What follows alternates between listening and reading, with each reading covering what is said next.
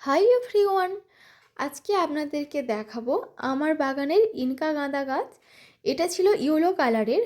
আর এই গাছটা কিনে আনার পর থেকেই একে নিয়ে চিন্তার আর কোনো শেষ নেই। তো প্রথমে তো আনা হলো, আর আমার হাজব্যান্ড এই ইনকা গাঁদা আর পিটুনিয়া এই দুটো গাছই একসঙ্গেই এনেছিল। তো প্রথমে পিটুনিয়াগুলোকে পটিং করেছিলাম, আর পরে পটিং করেছি এই ইনকা গাঁদাগুলোকে। তো এবার বলি, কয়েকদিন পরেই দেখতে পাচ্ছেন যে এই ফুলগুলো ফোটা শুরু হয়ে গিয়েছিল।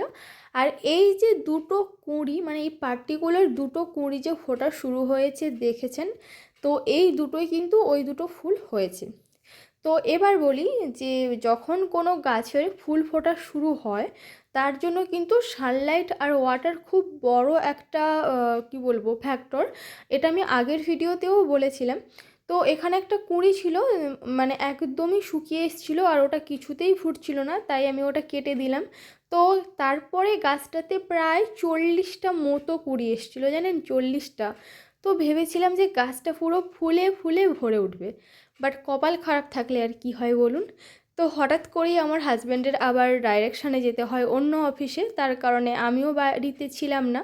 তবে আমার একটা ভুল হয়েছে, আমাদের যে হাউস হেল্পার মাসি আছে, তো ওই মাসিকে বললে জলটা যদি দিয়ে যেত আর সানলাইটে রেখে যেতাম, তাহলে কিন্তু সবগুলো ফুলই ভালো করে ফুটতো।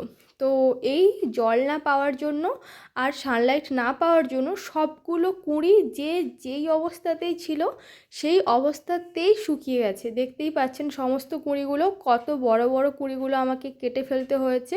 আমি কাটবো নাই ভাবছিলাম, বাট আমি অনেক দিন ওয়েট করেছি, দেখলাম যে এর কোনো গ্রোথ হচ্ছেই না, প্লাস কুঁড়িগুলো একদম শুকিয়ে যাচ্ছে।